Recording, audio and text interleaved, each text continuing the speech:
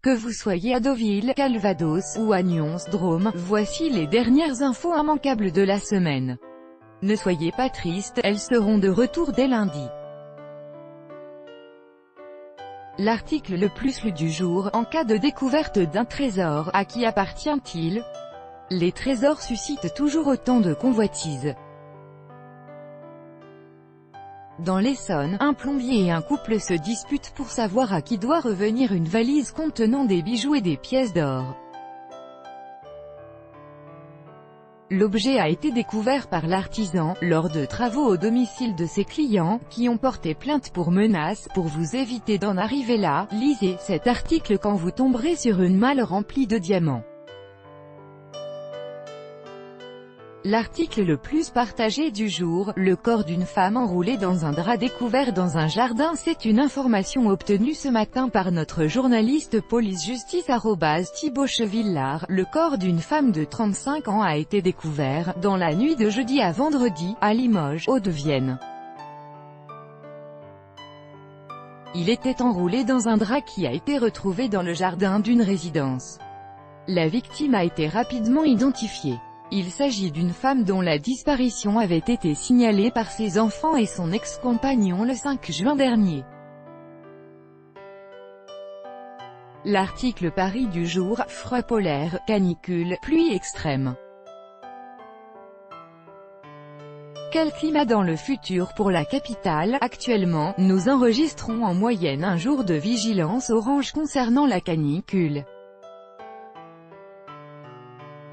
Dans les prochaines années, ce chiffre pourrait atteindre entre 10 à 25 jours, souligne Raphaël Kunku-Arnaud, responsable études et climatologie à Météo France.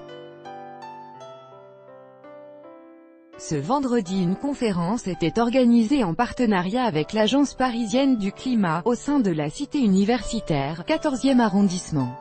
Son intitulé: Paris face au changement climatique. L'occasion de revenir sur l'évolution du climat dans la capitale et les enjeux pour ces prochaines années. La suite de cet article est à lire par là.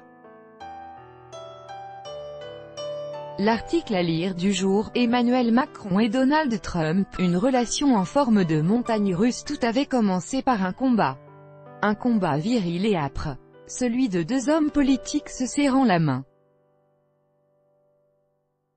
C'était en mai 2017, Donald Trump et Emmanuel Macron se rencontraient pour la première fois, et chacun entendait marquer son territoire. Un an plus tard, l'ambiance est toujours tendue.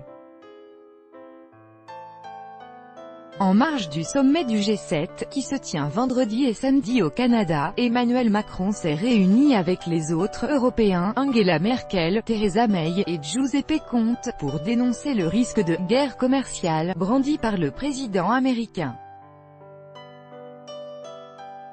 Entre ces deux dates, c'est une relation en dents de scie qui a marqué la France et les États-Unis. On vous résume ça par ici.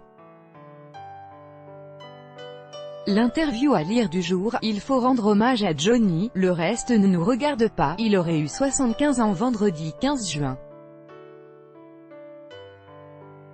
6 mois après sa disparition, et à la veille de sa date d'anniversaire, les fans de Johnny Hallyday vont pouvoir lui rendre hommage une nouvelle fois, au cinéma.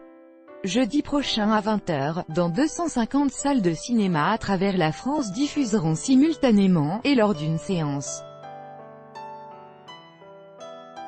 unique, au tarif unique de 14 €, Olympia 2000, un show intimiste du rocker, capté à l'été 2000 lors de sa série de concerts dans la salle mythique. 20 minutes à interviewer Michel Yankielewicz, producteur de plusieurs concerts de Johnny Hallyday et de cette séance ciné-hommage.